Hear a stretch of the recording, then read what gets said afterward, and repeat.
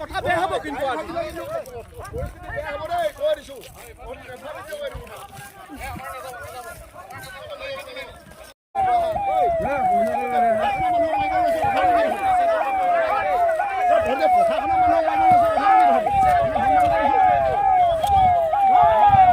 live মাৰি থব লাগিব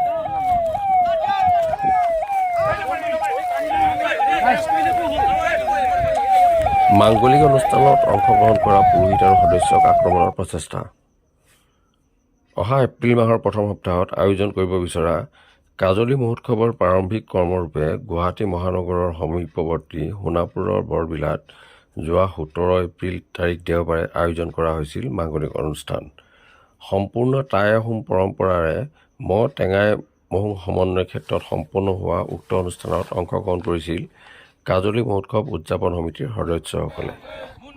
টাই আহোম পৰম্পৰাৰে অনুষ্ঠানভাগী সুচাৰুৰূপে সম্পন্ন কৰি টাই আহোম পুৰোহিত আৰু উদযাপন সমিতিৰ সদস্যসকল ঘৰমুৱাবলৈ লোৱাৰ সময়তে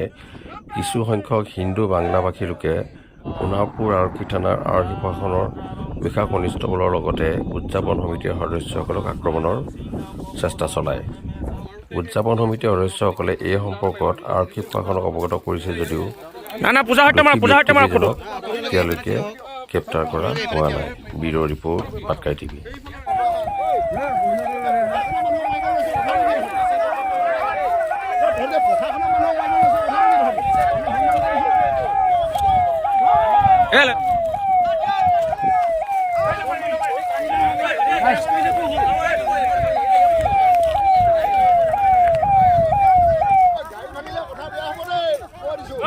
আমি জানি কথা বেয়া হ'ব কিন্তু